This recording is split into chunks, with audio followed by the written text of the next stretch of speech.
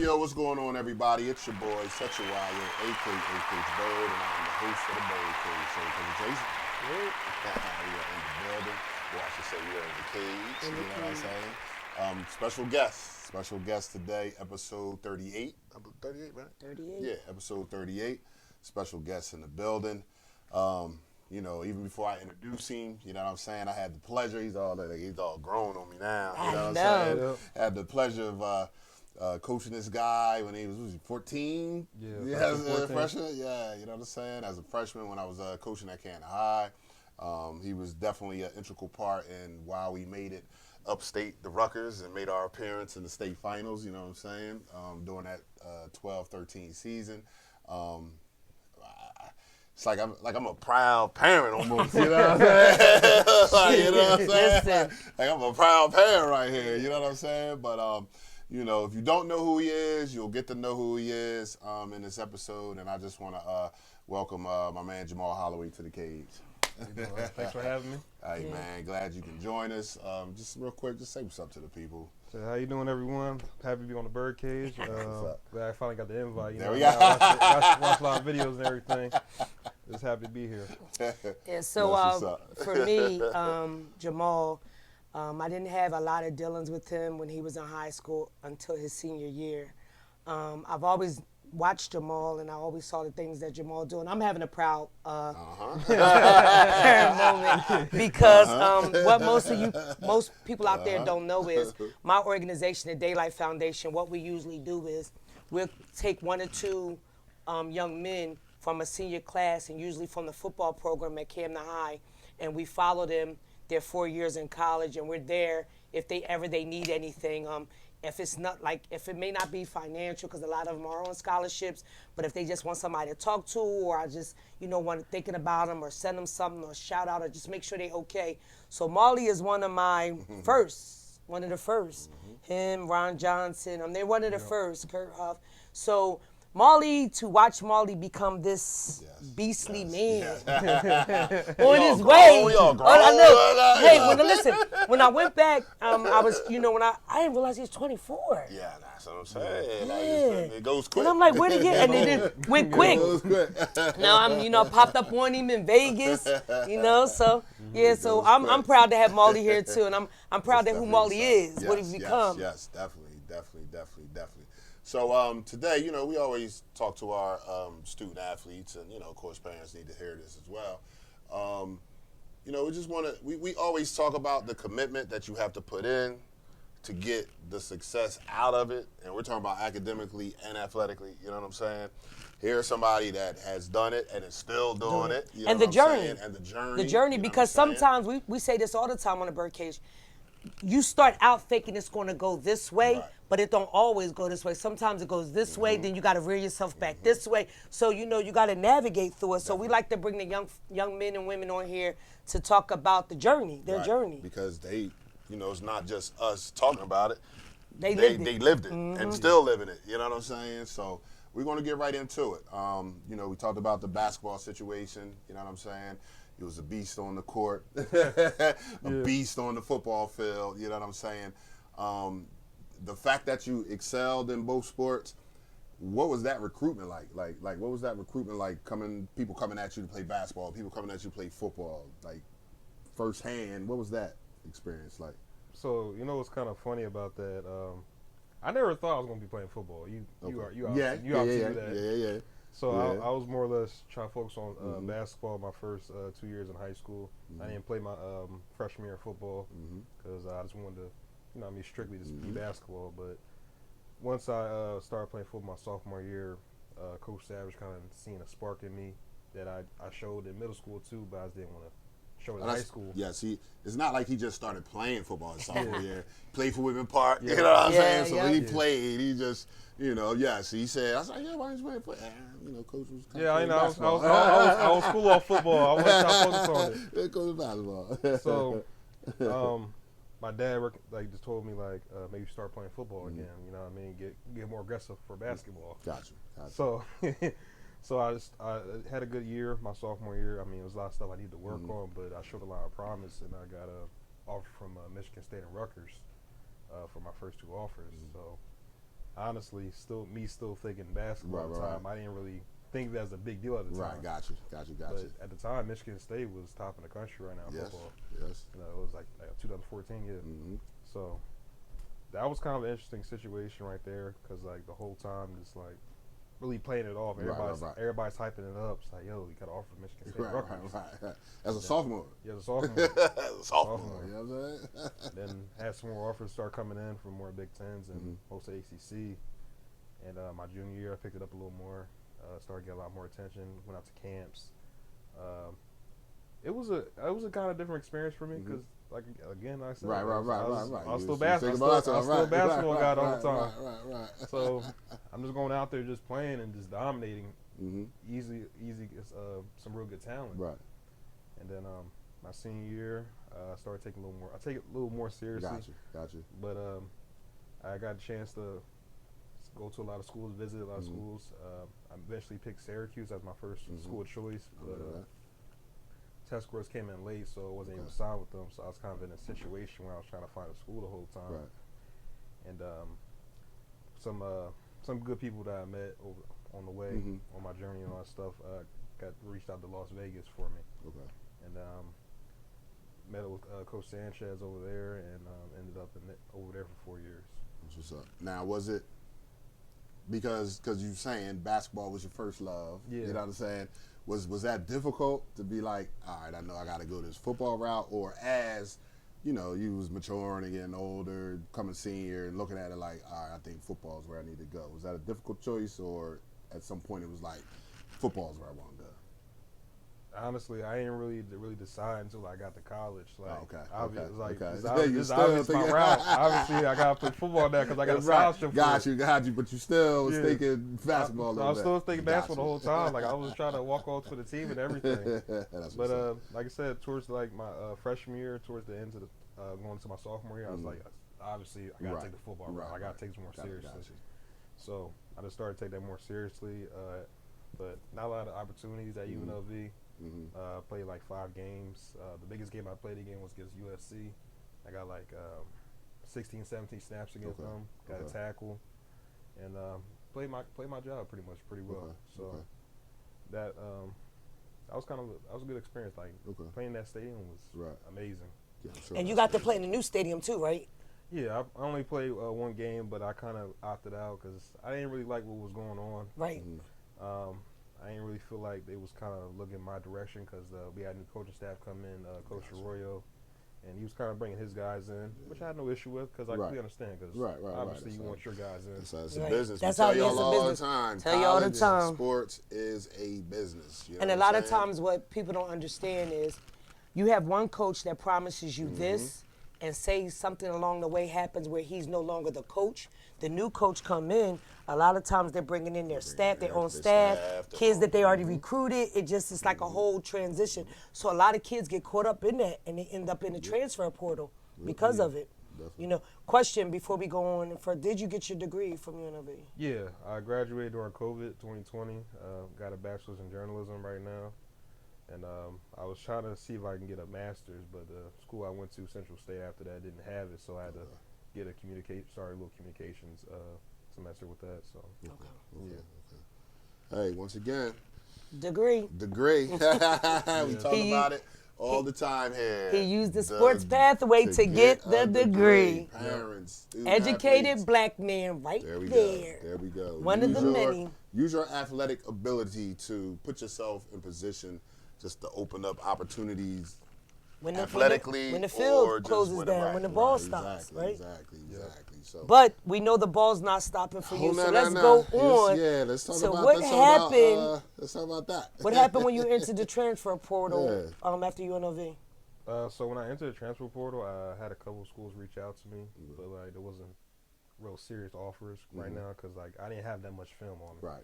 So the only thing I really had was practice film and a couple games that I played in, and kind of wasn't really enough at the time. So I was kind of in a situation for like over maybe like 3-4 weeks. I was like, sheesh, like, I gotta, you know what I mean? I gotta start reaching out to other people first, you know what I mean? What's going on? Yeah. So I talked to Coach Malik, Okay. and he kind of reached out to Central State. They just told me like they got a guy, you know what I mean, 6'3". I was a little heavier than this. Right. I was like 260 at the time, 6'3", defensive end, and I was like, he's somewhere to play, you know what I mean.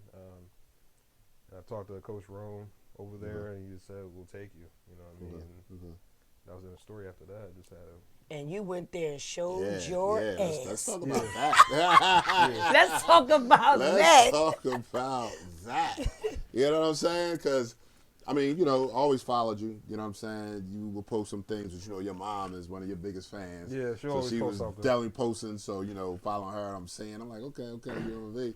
But when you got to Central State, it was just like every other week, you was like player of the week or something, and defensive player of the week, and they putting out stats, and you in the top 10 in different categories. So how'd that come about? Was it just, you know, I'm just out here balling and like? It's just like just having the opportunity to really do something. To be on the field. Yeah, to like, play. Okay, gotcha. It was kind of a different experience because like over the last couple of years, like I was just like a bench guy. Right. And now I just got put in a role where I got to start and really contribute because a lot of our guys got injured on defense. So Gotcha. it was me and like two other guys that were just like trying to carry the defense. Gotcha. So I had to do a lot more than I usually would do for my position. Gotcha. And so happens that I put up some good numbers. Definitely. So once again, like you said, it's not about where you start. Sometimes that journey is going to take you, you know what I'm saying, on a different path. But you just got to make sure you're prepared for that opportunity, and when it's your time to shine, you're prepared to shine. And not only that, let's be clear about it. It ain't where you play, it's how you play. Yeah. Because Central State, a lot of people didn't hear about Central State. Yeah. They don't know what Central State was. But now you have a bunch of people on my time feed, my timeline, that was reposting Molly doing work at Central State. So now Central State is a buzz. Yeah, exactly. But like again, I say all the time, it ain't where you play, it's how you play. Now, we all know that UNLV is a big school. UNLV is a big school. But you went there, you played your role, and unfortunately your role set you on the bench, right? Yeah. You didn't get a big opportunity. No. But then you go to a school like Central State, and now, what are the invites you have gotten? Yeah, talk about that. Let's talk about that. So the first invite I got was from the FCS Bowl in Daytona. And then I got one for the Pigskin Bowl in Alabama, and this next one I'm about to go to New Orleans is the HBCU Legacy Bowl that will be on NFL Network. Boom. There it is. And we tell our parents all the time, you know what I'm saying, and our student athletes too and all that, but it's not Division I, of course, is the goal for everybody, you know what I'm saying? Absolutely. And you did your thing. You played Division I football, you know what I'm saying? But you can't forget about Division II, Division III, different, you know what I'm saying, HBCUs. You know what I mean? You can't, if you can play, they're going to find you. My man can play. He can play. You know what I'm saying? So they found him. And he's beastly with it. And they found him. You know what I'm saying? And he has a degree, the boot. So that's all big. You know what I'm saying? That's all big. And that's why I'm proud. You know what I'm saying? That's my pride. That's why you proud too. Like, you know what I'm saying? You know, and I joke with Molly because I said to Molly, I think the doors, he about to kick the doors open. You know what I mean? And like I told him, I said, wherever you going, don't forget us. Like, don't forget the doors. I just want some tickets. I just want to go to the game. So, you know what I'm saying? I want to get on the field. You know, you know, I never ask anyone for tickets. Never ask anyone for tickets. I'll take a hoodie though. I'll definitely take some gear. Listen, I'll get to the game. I just need a little hoodie and maybe a little something. You know? Yo, and it's so good, and you know, my student athletes out there, like, it's all about progression. You know what I'm saying? Because when I first met Marley as a youngster, you know what I'm saying, quiet, shy. And now look at him, you know, outspoken. You know what I'm saying? He's still, even when I interacted with Molly, when I interacted with Molly, he was very, very quiet. And I guess in his mind, he probably was thinking, and here we keep it real on the Birdcage. Who the fuck is this lady? Right. Why the fuck is this lady interested in me? But I saw something in Molly, and I met his pop, great guy.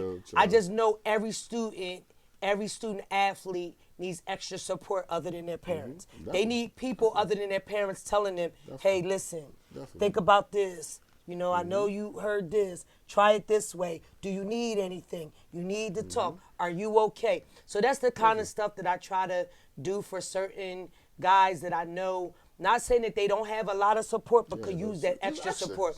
And Marley was real quiet, never said much. You would talk to Marley. He kind of would keep his head down. It was like his junior year of high school. Kind of would keep his head down. He kind of smirked a little bit. You know, you didn't get much out of Marley. So I said, you know what? I'm going to just make sure. Then at the time, I was going to Vegas. I used to pop up on it. He was like, what you mean you here? Come outside. I'm what you doing? Let's go to the Met. Let's go to the supermarket. Let's do, you know what I mean? So it's just a pleasure to see him grow, grow to blossom, and that's big. And we're very proud of you. And I know you hear it. I don't know how often you hear it, but from us, Coach Bird and myself, we are very, very proud of you. Keep pushing. And always been a beast on the court and the field. Like that, just all that quietness turned into some. And you did track too, right? I did track for a little. Miller didn't take me seriously though. So I tried, but he didn't take me seriously. That's definitely what's up. Now, we have a lot of student athletes that watch this, and we always we call them student athletes. You know what I'm saying? Yeah. You a student athlete, it paid off for you. Just let them know how serious they need to take the classroom, because we always talk about it. If they don't take the classroom serious, those athletic opportunities is going to dwindle. Yeah, they start to dwindle, because your athletic talent in these days only take you so far. Right. Because if you don't have those grades, you don't have the opportunity to show what you can do on the court or the field or what it is. So just, if you can, just talk to our student athletes and just let them know why academics is important. Okay, so like I'll say for my first year, since I found out I wasn't playing because I was gonna get redshirted, Right. I didn't take academics too seriously at the time, but I started to realize my sophomore year when they told me I was going to possibly play, so I took it a lot more seriously. Gotcha. I was able to make the dean's list my sophomore and did my junior year, and you start to see, like, from other athletes that don't take it seriously, like they didn't have the same opportunities. Like, they kept getting academic suspensions, or they wasn't allowed to practice, stuff like that. Right. Like, they'll take away all that stuff you Right, need to do academically. So I've seen a lot of guys that has got in trouble with that, and then, like, they weren't allowed to play in games. So it's a lot. So I think academics is probably the most crucial thing that needs to be addressed for athletes. They want to really participate in games. And he's talking about college, but our athletes need to start taking it a little more serious. High school. Because he was only in position to be able to take advantage of college opportunities because the high school. because the grades was like I had a conversation with a young man the other day, and first question I asked him, he don't know me from a can of paint. That's what she does. Has no clue who I am, what I am, nothing. He was at the airport. I was asked to go pick him up. I scooped the young man up, gets in my car, say, hey, how you doing? Good morning. How's your grades? I know, right? It's real, like, it's a real blur, like, grades? Grades? And he was like, well, my freshman year I kind of didn't do well. So I'm hitting him with so you do know. You got to make up for that. And this might be the year you right now, you might want to go to Camden County. Tell your parents you want to take a class or two at Camden County so you can catch up. Because at some point, the 4 years is going to become one. And if that SAT don't match it, you're going to be sitting home. So I think we need to start drilling into our 8th graders and 9th graders how you start young. It's serious. It's serious. And because I know you was talking about, you're in Orlando. Shouts out to Big Bro. Just getting these kids when they become freshmen, letting them know about the clearinghouse and the importance of all that. I think we need to go into the middle school. Well, see, that's what we tried to do. There. That's what Lando and I tried to do. Right. We had created the packets with all the information, and we had created enough pamphlets to take to all the Little League programs in the city. So the plan was the seniors, what's they called, seniors? The older grades. That's about to go to high school. Right. We were going to meet with them. We gave it to the coaches. We were going to meet with them at one of the team meetings and address it with the parents of the seniors. But COVID hit. And so this was the plan Coach Lando and I had in 2020. I'm telling you, we had a box. We had the whole, we made a whole packet laid out because we won't go between Whitman Park, Simba's, the Seminoles. We was going to go to all the Little League and just talk to them in Camden and talk to the parents at the parent meeting Right. in reference to what clearinghouse is, what it looks like, and when you're registering your child as a freshman in high school, what to tell the guidance counselor you want your kid to take. You know what I mean? And I think a lot of parents forget that you can go up to the school after you see your kid's schedule. Right. You can go up to the school and be like, whoa, I want him in this class, this class, this class, this. I don't want those classes. And I think as parents, we forget we control the narrative to our child's education. I don't even think they forget. I think a lot of parents just don't know. They don't know that. And it needs like what you and Orlando was trying to do, because once they know, now it's like, oh, I could do that. Right. Yeah. You know what I'm saying? Like, And you know, it's crazy because you hear a lot of reasons why, oh, I put my son in prep school, or I put my son in IMG, or I set my son here. But the truth of the matter remains is, if you track a lot of them kids' transcripts, it's a reason why. You understand what I'm saying? Because the parents didn't understand. As a parent, and I'll say this to all my parents out there, as a parent, you control the narrative to your child's education as it pertains to them and their classes and what they need. Right, and definitely. clearinghouse is definitely important, so you have to make sure your student has the classes, the credits, and the points that they need to be clearinghouse eligible by the time their senior year comes. So always remember that if you ask for your kid's schedule and you don't like how the classes is looking, you can go make an appointment talk. with the guidance Yeah. counselor and fix it. Fix it fix quick it. and fast. Yes, indeed. But stay on top of that. I'm also going to give one more advice that I usually don't give. I made all my children take, not the PSATs. My children have never taken the PSATs. Take the real All deal. my children took the real SAT their freshman year, because that as a thing. parent, it gave me a baseline, because my children were all athletes. So at one point, so it gave me a baseline academically on what they may have needed. So by the time they retook the SAT their junior year, they would be prepared to kick it out the box. Fortunately or unfortunately for me, however you want to look at it, all three of my children scored pretty high their freshman year, and they kind of didn't want to. I'm taking it good. I'm good.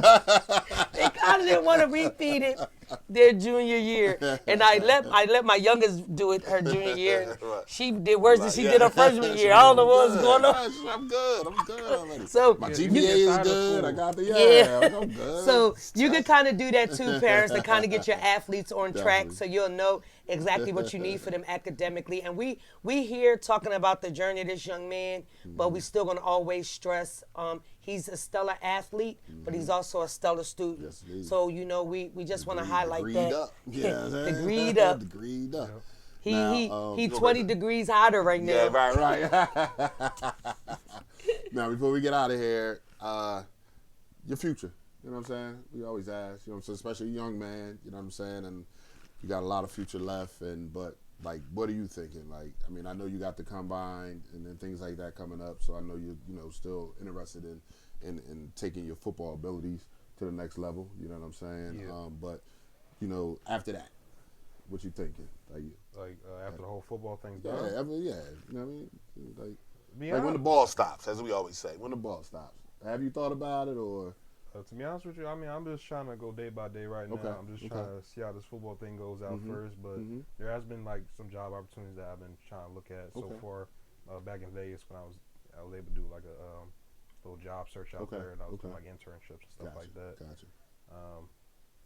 But other than that, I mean, like I'm just taking day Just by day see right what now. But I'm as of right now, I'm still like thinking about stuff while I'm doing the journey type thing. So it's not like I have no clue what I'm doing. Right. I have like Gotcha. a general idea, but I'll see how this go first. Gotcha. And we listen, take this journey, take this walk. Yeah. Because this walk might take you somewhere. Yeah. You know what I mean? Take this walk enjoy it, and you know what I'm saying? and be present and mindful and intentional Yeah. with this walk. And listen, I wish you nothing but the best. Nothing but the best. You already know that. Nothing but the best. Now, before I let you get some shout outs and wrap this up, how was it? You know what I'm saying? Because you're East Coast kid. You know what I'm saying? Yeah.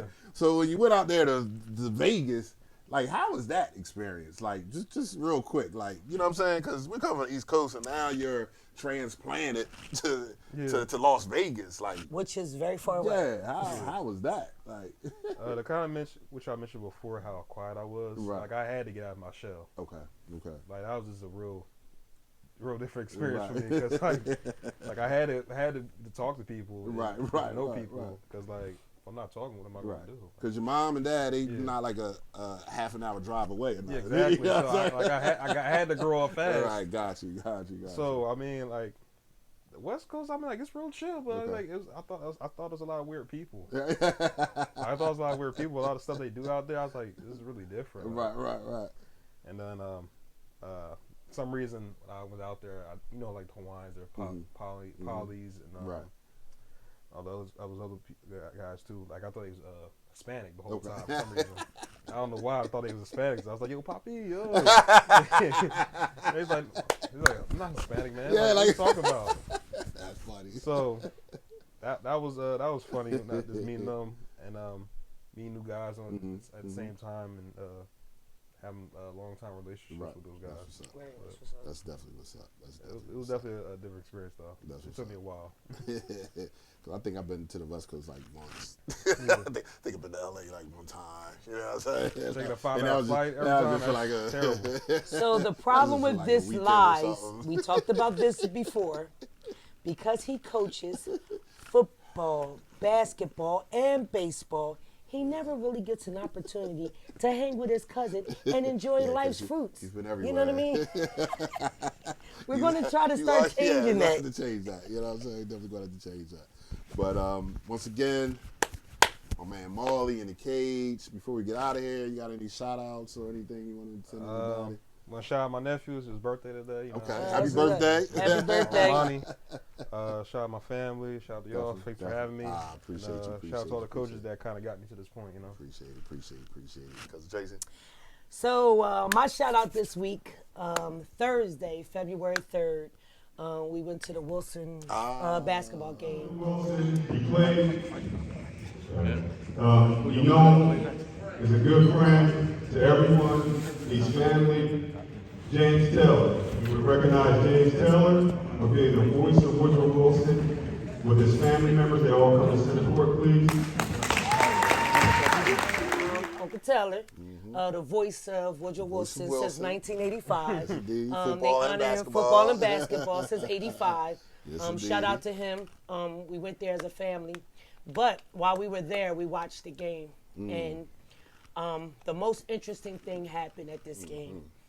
Coach Avant, I don't know much about him. I've maybe had one conversation. My boy, Kenny. I may have had maybe one high and by conversation with him.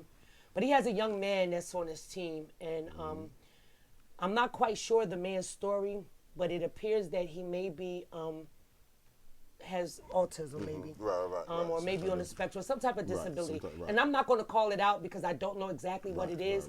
But I do know he's on the team, and he doesn't get to play much. But because Wilson is on a win streak, they put him in every game at the 2-minute mark. So I believe Coach Brandon Bathers requires that his football team supports the basketball team. So the football team is in the stands. And they start yelling, put Brian in, put Brian in. And I've been there for a few games when they chant this chant about Brian. He got a nickname too. He's number 14. And they put him in. And every game, he knows his position. Like, he kind of plays his position. But they try to get him the ball. Well, Thursday, they got him the ball, and he shot a three-pointer at the buzzer and made it. And it did my heart so well because the coaching staff jumped off their feet, was screaming. The stands, the parents jumped off their feet. The football team ran on the floor, ran out on the floor, congratulate him. And that speaks volumes. Yes, it does. Speaks volumes on the program, the coach, and where they're headed. Much respect to Coach Avant. Again, I don't know him, but what I do know is I have mad respect for him because that right there is something that was a pleasure to see. And it speaks volumes on the man that he is. So shout out to you, Coach Avant, and your staff at Woodrow Wilson for putting the time in with that young man and building up his confidence because you don't know what that's going to do for him later on in the line and what that's going to help him, his self-esteem and his character later on down the line because somebody took a chance on him. So shout out to Wilson's staff and Wilson's coach. I appreciate you, of course. Setch, love you to death. Thanks for giving me the platform. Molly, you know I'm proud of you. I love you, love you, love you. You're one of my children. I always talk about you're a gentle giant, and I love you. That's a go. And I That's a go. and I Gentle expect giant, nothing, Nothing but the best from yes, you, yes, and yes. for you. And I keep you in prayer. Good luck to you. Thank you. Yes, indeed. And that's all I have. So I think I may have worn these before. I don't know if we highlighted them. They're the silver toes. They're last year's. Was a drop from last year. I think February of 2021. Of course, I got the lace charms in. And these are just my ones. Y'all know I'm a one freak. So here we are. Silver toes. Well, you know, first of all, thank you No problem. for hopping on and, you know, talking to our viewers and just letting them know a little about your journey. You know what I'm saying? I want us to give a shout out to your mom and dad. You know what I'm saying? For trusting me your freshman year, bringing you over to me. You know what I'm saying? Like they didn't have to do that. You know what I'm saying? And I appreciate that, and I'm glad I had the opportunity. It was short, but it was well worth it. You know what I'm saying? And I'm just so proud of you, of what you're doing and what you're going to become. You know what I'm saying? So that's definitely. Cousin Tracy, you know I love you. Looking very beautiful as always. My viewers out there, can you peep the glasses and the hair? And, you know what I'm saying? Yeah, She this keeps is it my new moving, signature you know hair. what I'm You saying? gonna laugh. But Saturday, of course, shout out to Camden doing their thing. We went up to Allentown, right? So I'm getting text messages. Is that you with that big afro? You got me? And I'm like, yeah, the new signature hair. This is the second go round. I had it a couple weeks ago. So this is the new signature hair into the summertime. This is what y'all gonna get. So, you The know what I'm Angela saying? Davis. You're going to make us switch up the logo. Nah, the braids coming back. Speaking of the logo, I hope you all had a chance to see the new logo. We have merchandise coming out, so please DM or Cousin Tracy. You know what I'm saying? So we can get that merch to you and whatnot. And, you know, once again, man, thank you. You know what I'm saying? For being who you are and coming on and sharing your journey. Cousin Tracy, thank you for being on this platform with me. You know what I'm saying? Uncle Taylor, shouts out to you once again. You know, just continue to do what you do, and you're touching many lives. And on that note, I'm Sechiwaya, a.k.a. Coach Bird, and I'm the host of the BYRDCAGE Show, and we'll talk to you soon.